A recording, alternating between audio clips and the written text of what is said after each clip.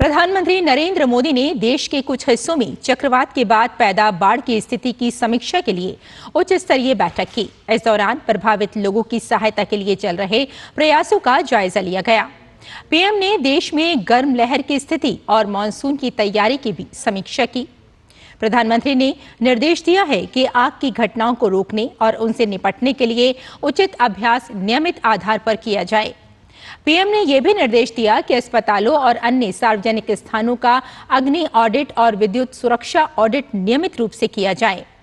बैठक के दौरान पीएम को जंगल की आग की समय पर पहचान करने और उसके प्रबंधन में वन अग्नि पोर्टल की उपयोगिता के बारे में बताया गया। अरुणाचल प्रदेश में विधानसभा चुनाव के लिए वोटों की गिनती पूरी हो गई है। नतीजों में भाजपा को बम्पर बहुमत मिला है और पार्टी ने 46 सीटों पर जीत दर्ज की है। कांग्रेस का प्रदर्शन निराशाजनक रहा है और पार्टी राज्य में महज एक सीट ही जीत सकी। राज्य की सभी 60 सीटों पर वोटों की गिनती पूरी हो गई है, जिसमें भाजपा 46 सीटों पर, एनपीपी 5, एनसीपी 3, पीपीए 2, कांग्रेस 1 और निर्दलीय 3 सीटों पर विजयी रहे हैं। और देश की राजधानी दिल्ली में गर्मी ने थोड़ी सी नरमी दिखाई है। शनिवार को दिल्ली के रिज एरिया में अधिकतम तापमान 44.5 डिग्री सेल्सियस दर्ज किया गया। हाल के दिनों में दर्ज 48 डिग्री सेल्सियस के आसमान छूते तापमान में आई गिरावट से लोगों ने राहत की सांस ली है।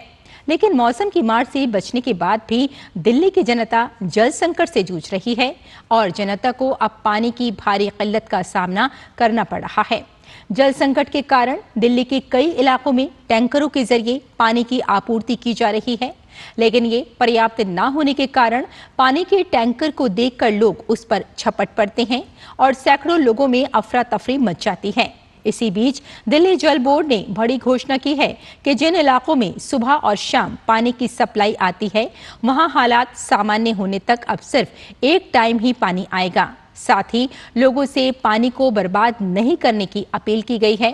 पानी की बर्बादी रोकने के लिए जल बोर्ड की 200 टीमें तैनात की गई हैं, जो अलग अलग इलाकों में घूमेंगी और पानी की बर्बादी पाए जाने पर 2000 रुपए का चालान काटेंगी। साथ ही अवैध वाटर कनेक्शन भी काटे जाएंगे।